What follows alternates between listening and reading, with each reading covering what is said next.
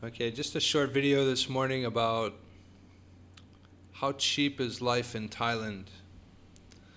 So, I was talking to my Thai friend just the other night, and it's good to talk to him because he's local here for the last almost 15 years, and also he's had a rough life. I mean, he's had a bad time, man. He had a horrible family life, and he turned his life around and speaks English well now, and he's doing great.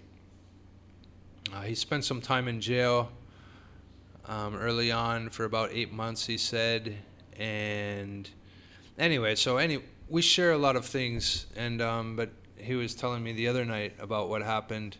So he told me a couple weeks ago, maybe it's a month now, that somebody had stolen his powered, the powered weed whacker that the maintenance guys use to go around and cut everything. So he hires this guy to cut his area, his property. And sometimes the guy, I mean, they leave their tools all over the place. I've been there a lot, and there's tools like laying all over the yard, but ideally they don't have to worry about someone coming in and ripping them off, grabbing something. But what happened was this kid on drugs came from the village fairly close by, and obviously knows he leaves his stuff laying around, and grabbed one of those weed whackers, turned around and sold it to somebody, and this guy found out about it.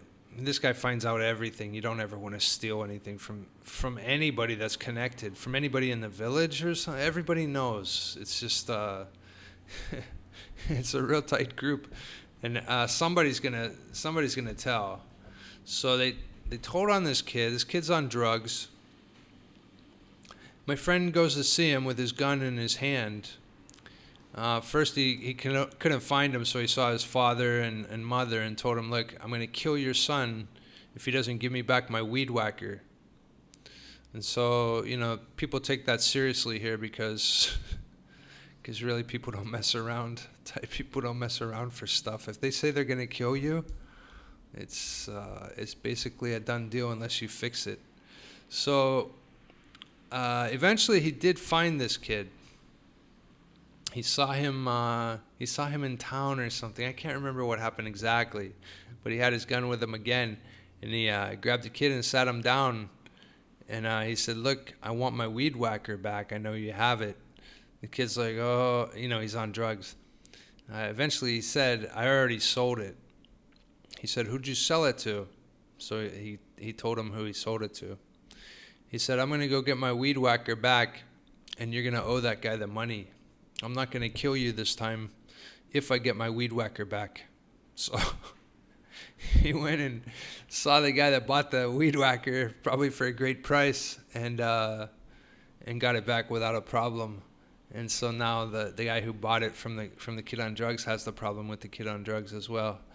Anyway, so last night I was talking to him again, and he said, "This kid's in jail already now." The guy on drugs, and he got a call from one of the guys in the jail that asked, "Do you want to kill this kid? Do you want me to kill this guy for you? Because he knows what happened." And my friend's like, "Oh no, just let it go." But but that's what happens. Once you get into jail, my friend said, literally anything can happen, and it does. The guys that run the jail are real sadists as well. So, I mean, it's just a horrible time. But the real thing is that life is so cheap there. This guy's ready to kill. I mean, he's available to kill this kid for stealing the weed whacker, because he disrespected my friend. And just over a weed whacker? I mean, I don't know how much they are. They must be about 4,000 or 5,000 baht, I would guess. They're gas powered. And so life is cheap in Thailand, extremely cheap. And crazy things happen. You don't want to get into jail for any reason at all. I mean, if you think you're going to jail, you better get out of the country, man. My friend said if any white face gets into the jail, somebody with a white face, he said they have he said they're on the other end of a lot of abuse, including sexual. So, anyway, how cheap is life in Thailand? It's pretty damn cheap.